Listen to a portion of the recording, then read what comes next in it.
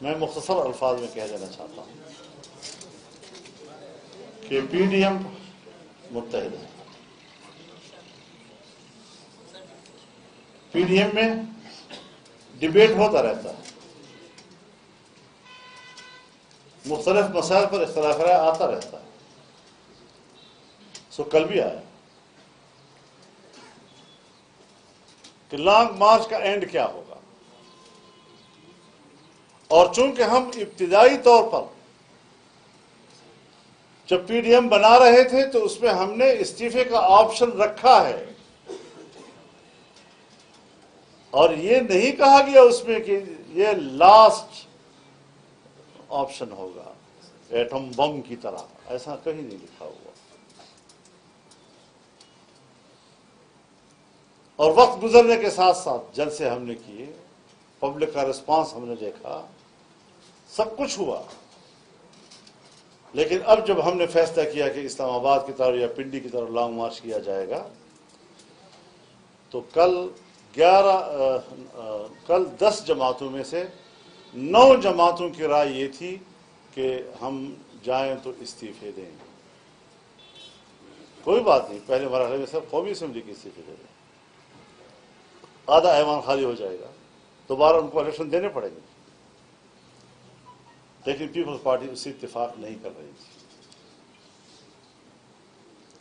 اب ہمارے ہاں مجالس کی جو اندر کی کہانی ہوتی ہے، جو اصل میں راز ہوتی ہے، جس کو افشا کرنا بددیانتی ہے، مجلس کے ساتھ خیانت ہے، وہ ضرور ہوا.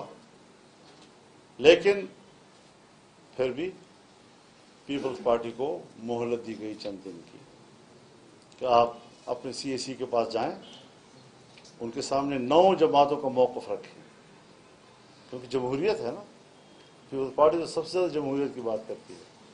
تو پی ڈی ایم میں 9 جماعت ایک طرف ہے نا، تو آپ اپنے سی اے سی کے سامنے یہ بات رکھیں اور پھر آپ ہمیں بتائیں کہ اب آپ کا موقف کیا ہے. تو 9 جماعتوں کا موقف اس پہ بالکل واضح طور پر سامنے آ گیا ہے، اور پیپلز پارٹی کے موقف کا انتظار ہے. خدا کرے کہ ان کو یہ بات سمجھ میں آ جائے اور 9 جماعتوں کی رائے کا احترام کریں اور وہ پی ڈی ایم کے رکن رہیں، ان کے ساتھ رہیں. ہم ان کو اپنے ساتھ رکھنا چاہتے ہیں. یہ مختصر سا اس حوالے سے، کوئی زیادہ لمبی چوڑی باتیں اس میں نہیں ہیں. تو یہ میرے کچھ گزارشات تھیں. شاید عام جو ہمارے ہاں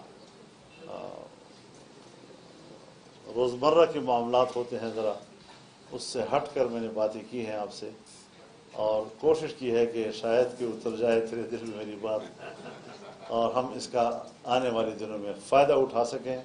آپ کی اس فورم کو اور مزید وسعت ملنی چاہیے، اور اپنے اپنے بارروموں میں آپ جمعیت علماء کے حوالے سے بڑے براڈ مائنڈ کے ساتھ ان کو دعوت بھی دے سکتے ہیں، ان کو کنوینس بھی کر سکتے ہیں، اور آپ ہمارا یہ حوالہ بھی ان کو دے سکتے ہیں کہ جمعیت علماء جو ہے وہ وسیع النظر ایک جماعت ہے، اور وہ اس میں کوئی تنگ نظری نہیں ہے، اور ہم تعلیم کے حوالے سے بھی کسی تنگ نظری کا شکار نہیں ہیں.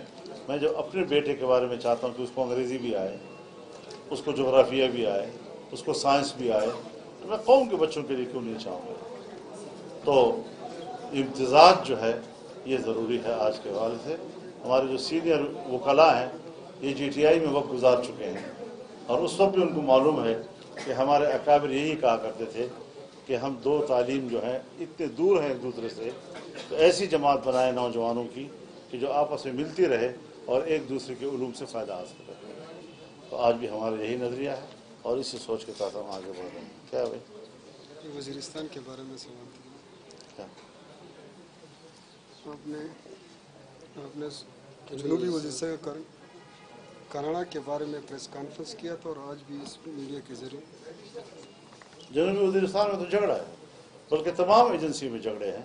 باقاعدہ لوگ مورچوں میں بیٹھے ہوئے ہیں، جائیدادوں کے تنازع شروع ہو گئے ہیں، قبائل آپس میں لڑ رہے ہیں.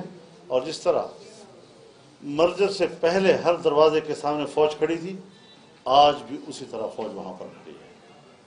تو فوجی سنگینوں کے سائے میں آج قبائل زندگی گزار رہے ہیں. ان حالات کو ہمیں تبدیل کرنا ہوگا اور اس کے لیے ہمیں کام کرنا ہوگا. میں صرف تنقید کرنے کے حق میں نہیں ہوں، بلکہ اس تنقید کے ساتھ ساتھ ہم اس پر کوئی مثبت طور پر بھی کام کریں تاکہ ہم کسی فورم پر اپنی بات دلائل سے کہیں، جو حکومتیں ہوتی ہیں ان تک بھی ہمارا پیغام پہنچے، ان کو بھی ہمارے دلائل پہنچے، ان کو بھی ہماری رہنمائی پہنچے، اور اس طرح ہم ملک کی بہتری کے لیے سوچیں. ایک چھوٹا سا کوشچن یہ ہے کہ پیپلز پارٹی پہلے بھی استعفوں کی مخالف رہی ہے، اگر ابھی بھی پیپلز پارٹی متفق نہ ہوئی تو کیا -1 Peoples Party P D M آگے بڑھے گی؟ خدا کرے کہ اس اگر کا مرحلہ نہ آئے. مولانا صاحب، آپ کہہ رہے تھے کہ اس موجودہ حکومت کو صرف ایک دھکا چاہیے، تو وہ دھکا تو سال گزر گیا، لیکن وہ دھکا ان کو کب ملے گا؟ قوموں کی زندگی میں 2-4 دن کوئی مسئلہ نہیں ہوتا. مولانا صاحب یہ بتایا کہ 16 مارچ کو لانگ مارچ ہونا تھا، وہ ملتوی ہوا، 26 کو ہے وہ ملتوی ہوا، تو ابھی لانگ مارچ ہوگا کب؟ کیونکہ حکومت بھی اس انتظار میں کہ کب وہ لانگ مارچ کریں گے. پی ڈی ایم کیونکہ ٹوٹ چکی ہے، ان کا یہ تاثر ہے کہ پیپل پارٹی الگ ہوگی. ہم حکومت کو مسلسل پریشان رکھنا چاہتے ہیں. انسانی حقوق کے دائرے میں 3 چیزیں آتی ہیں: جان کا حق، مال کا حق، عزت و آبرو کا حق. ہر شخص پر دوسرے کی جان، مال اور عزت و آبرو کا تحفظ فرض ہے، اور اگر کوئی کسی کے اس ایک حق کو مارتا ہے تو پھر اس کی تلافی کرنا ریاست کی ذمہ داری، تاکہ امن رہے اور خوشحال معیشت. حضرت ابراہیم علیہ السلام کو سب سے پہلے منصب امامت کو فائز کیا گیا.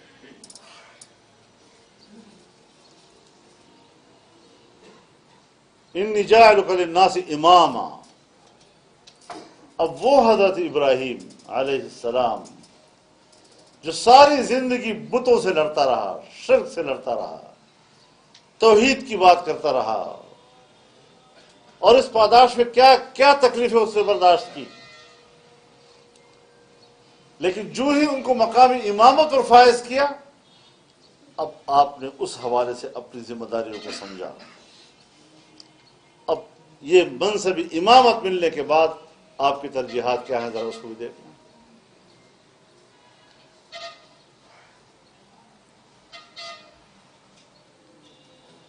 رب اجعل هذا بلدا آمنا وارزق اہلہ من الثمرات.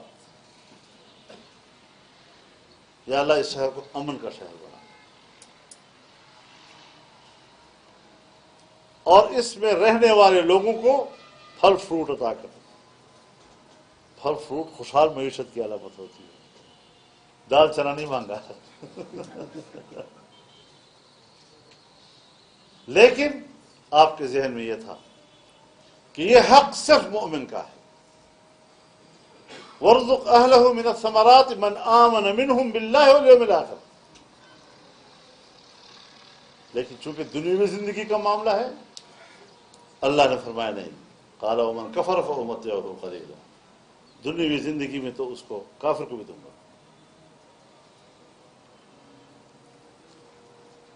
اللہ رب العزت جب انسان کے ساتھ معاہدہ کرتا ہے اور انسان کو اپنی عبادت کی دعوت دیتا ہے،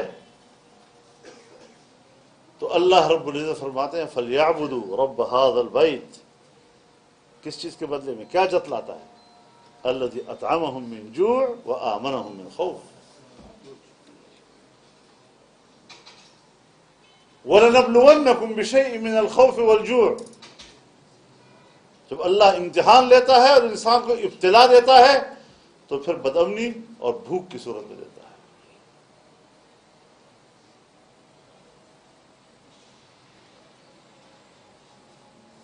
ضرب اللہ مثلا قریة كانت آمنة مطمئنة يأتيها رزقها رغدا من كل مكان فكفرت بأنعم الله فأذاقها الله لباس الجوع والخوف بما كانوا يصنعون. اللہ تعالیٰ نے اس آبادی کی مثال دی،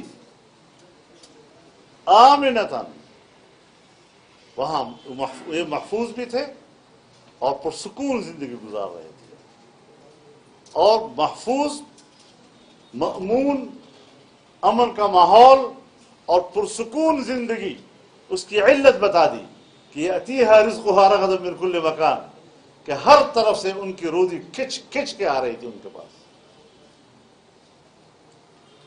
لیکن جب انہوں نے کفران نعمت کیا فأذاقها اللہ لباس الجوع والخوف، تو دو مصیبتیں اللہ نے اس کو چکائی، ایک بھوک اور ایک بدن. یعنی انسان کی مملکتی اور قومی زندگی میں ترجیحات دو ہونی چاہیے کہ آپ پبلک کی معیشت کو ٹھیک کریں گے اور آپ لوگوں کو جان مال اور عزت و آبرو کا تحفظ فراہم کریں گے.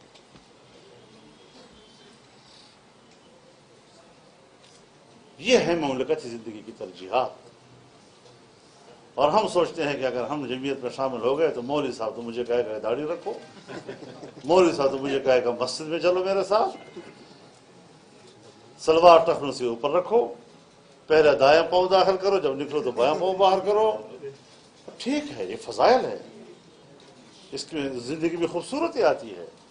لیکن اگر ہم سیاسی لوگ ہیں اور امور اجتماعیہ سے وابستہ ہیں اور مملکتی نظام ہمارا موضوع ہے، ہمارا سبجیکٹ ہے، تو پھر ہماری ترجیحات واضح ہونی چاہیے. یہ ہماری ترجیحات ہیں.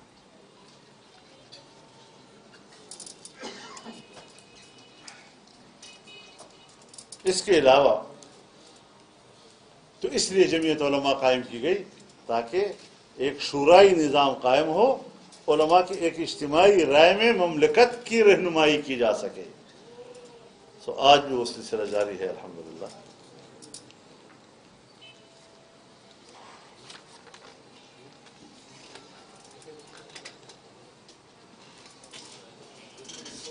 ہم لوگ قانون سازیاں کرتے ہیں، پھر بین الاقوامی پریشر آتا ہے ہمارے اوپر. جب ریاست پر بین الاقوامی پریشر آتا ہے اور اس بین الاقوامی دباؤ میں ہم قانون بناتے ہیں یا کسی قانون کو تبدیل کرتے ہیں، تو اسی سے آپ اندازہ لگائیں آزادی کدھر ہے. کس بنیاد پر ہم اپنے آپ کو آزاد قوم کہتے ہیں؟ آج پورے دنیا میں مہم چل رہی ہے کہ پاکستان قادیانیوں کو غیر مسلم قرار دینے والے قانون کو تبدیل کرے. اور میں آپ کو عجیب بات بتا دوں، ابھی حال ہی میں برطانوی پارلیمنٹ کے اندر غالباً 41 ممبران کی دستخطوں سے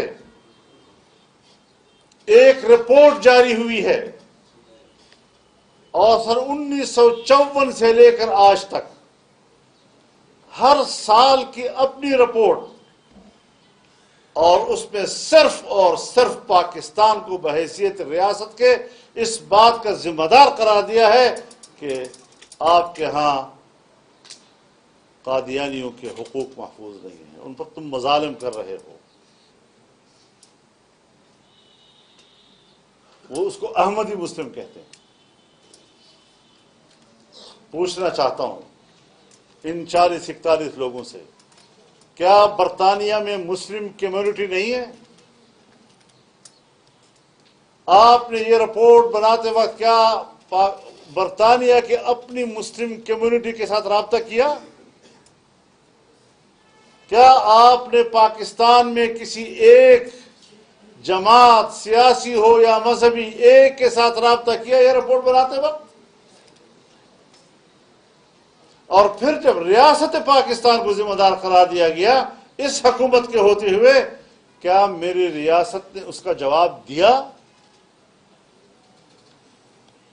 یہ ریاست کی ذمہ داری تھی کہ اس کو مسترد کرتے، کہ ہم اس رپورٹ کو تسلیم نہیں کرتے، یہ انصاف پر مبنی نہیں ہے. لیکن آپ کی علم میں لانا چاہتا ہوں کہ آج وہی رپورٹ ہماری قومی اسمبلی کے مذہبی امور کی قائمہ کمیٹی کے سامنے رکھ دی گئی ہے. یہ گورنمنٹ نے اس کو لے کیا وہاں پر. اب آپ مجھے بتائیں کہ جب ہم شک کرتے ہیں کہ اس حکومت کے ایجنڈے میں یہ بات شامل ہے تو پھر ناراض بھی ہوتے ہیں اور ادھر سے ان کی یہ حرکتیں بھی ہیں. لیکن اللہ کا شکر ہے کہ آج مذہبی امور کی کمیٹی نے متفقہ طور پر اس رپورٹ کو مسترد کر دیا.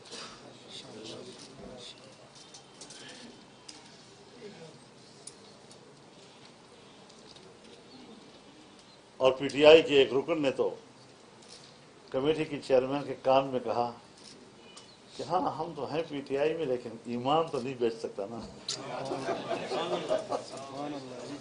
چلو شکر ہے کسی کو احساس تو ہے کہ ایمان بیچنے والی بات ہے. اب اس حوالے سے اگر ہم بات کرتے ہیں آپ تو مذہبی کارڈ استعمال کرتے ہیں. نہیں، کوئی مذہبی کارڈ نہیں، یہ میرے آئین کا مسئلہ ہے. میں جو بات کرتا ہوں آئین کے دائرے میں کرتا ہوں، آئین کے دفعات کی روشنی میں کرتا ہوں.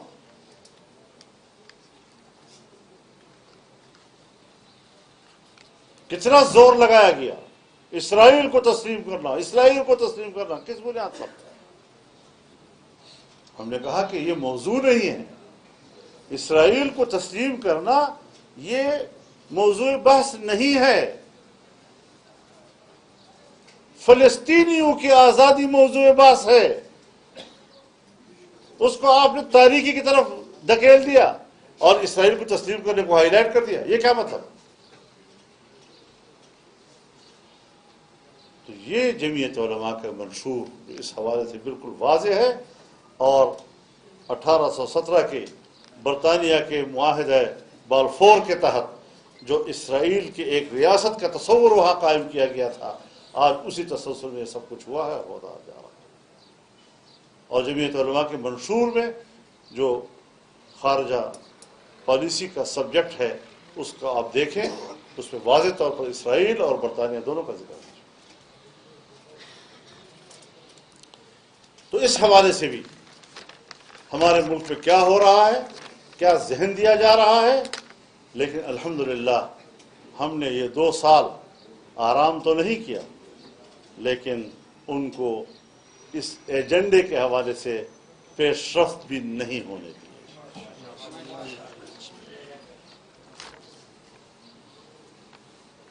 دینی مدارس کے حوالے سے پتہ نہیں کیا کیا وہ سوچتے رہے اور کس کس تنگ نظری کا ہم پہ الزام لگاتے رہے.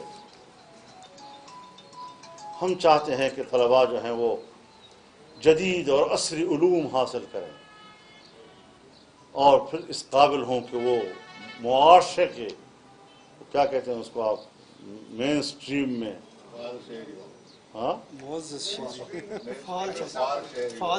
پتہ نہیں کیا شے میں.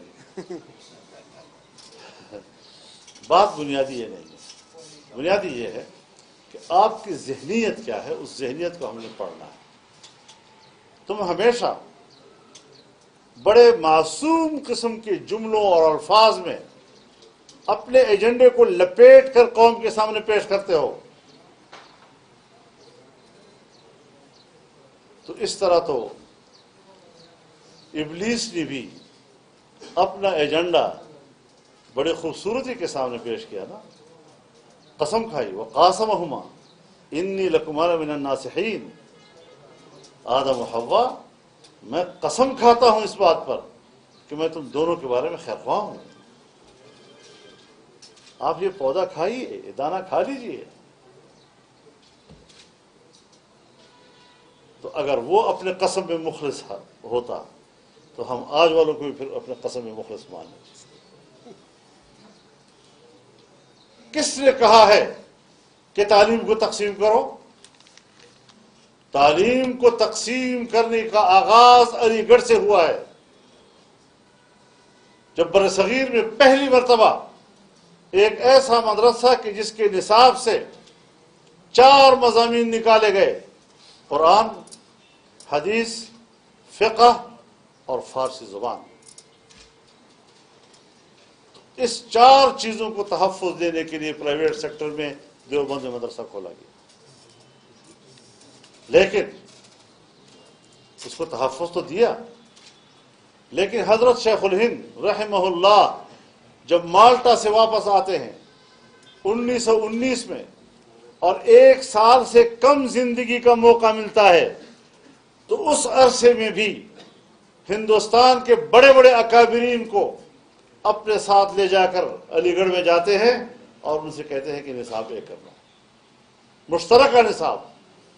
جب پذیرائی نہیں ملی تو پھر اسی مشترکہ نصاب کے تصور سے آپ نے علی گڑھ میں ہی جامعہ ملیہ کی بنیاد رکھ لی، اور آج وہ دلی میں بہت بڑا ادارہ ہے، لیکن اکیلا ایک ادارہ ہے، جس طرح ندوۃ العلماء ایک ادارہ ہے،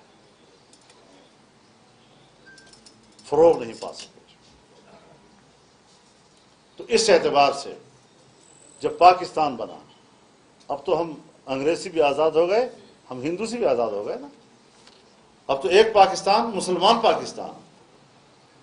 مولانا مفتی محمد رفیع عثمانی، مولانا مفتی محمد تقی عثمانی، دونوں بھائی ابھی بھی حیات ہیں۔ خود مجھے بتایا کہ میرے والد صاحب نے 4 سال تک گفتگو کی اس حکومت کے ساتھ، اس بیوروکریسی کے ساتھ، کہ اب وہاں نہ انگریز ہے نہ ہندو ہے، آئیں پہلے ہم نصاب ایک کریں، لیکن پذیرائی نہیں بخشی، اور تب جا کر انہوں نے پھر دارالعلوم کھولا ہے 4 سال کے بعد، حضرت مفتی اعظم مفتی مشفی صاحب نے۔ تو آپ بتائیں کہ ہمارے علماء نے نصاب کو ایک رکھنے کے لیے کتنی کاوشیں کی۔ آج آپ کہتے ہیں کہ نصاب ایک کرو، آج تم بین الاقوامی دباؤ کے تحت دینی علوم کے جو مراکز ہیں، دینی مدارس، اس کو پہلے اس میں مداخلت کرنا چاہتے ہو، اس کے کردار کو کمزور کرنا چاہتے ہو، اور بالآخر اس کو ختم کرنا چاہتے ہو۔ یہ تمہارا ایجنڈا ہے۔ اب شکل تمہاری جو کچھ بھی ہو، ہمیں سے کوئی سروکار نہیں ہے، لیکن ہم دینی مدارس کی آزادی اور خود مختاری کے ساتھ دینی علوم کی تحفظ، لیکن جب میرے اندر کمی ہوگی، اور میں شرعی قوانین کو جانتا ہوں گا، لیکن میں مروجہ جو ہمارے قوانین ہیں، تعزیرات ہیں، اس کو نہیں جانتا ہوں گا، تو مجھے آپ کی طرف رجوع کرنا ہوگا۔ اور اگر کسی عدالت میں آپ کو شریعت کے حوالے سے، تو پھر آپ کو علماء کی طرف رجوع کرنا ہوگا۔ اس مربوط نظام کے لیے آپ کا جمعیت علماء کے ساتھ رابطہ اور تعلق یہ ناگزیر ہے، میرے نظر میں ناگزیر ہے۔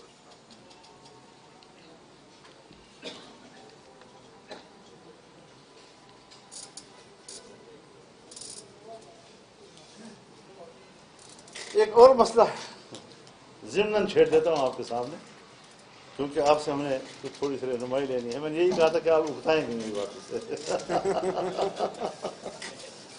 تو آپ اکتا تو نہیں گئے؟ اچھی بات۔ آپ صوبہ خیبر پختونخوا سے تعلق رکھنے والے وکلاء ہیں، کیا آپ مجھے سافٹ قسم کا ایک نقشہ بتا سکتے ہیں کہ فاٹا کیا تھا اور کیا ہوا؟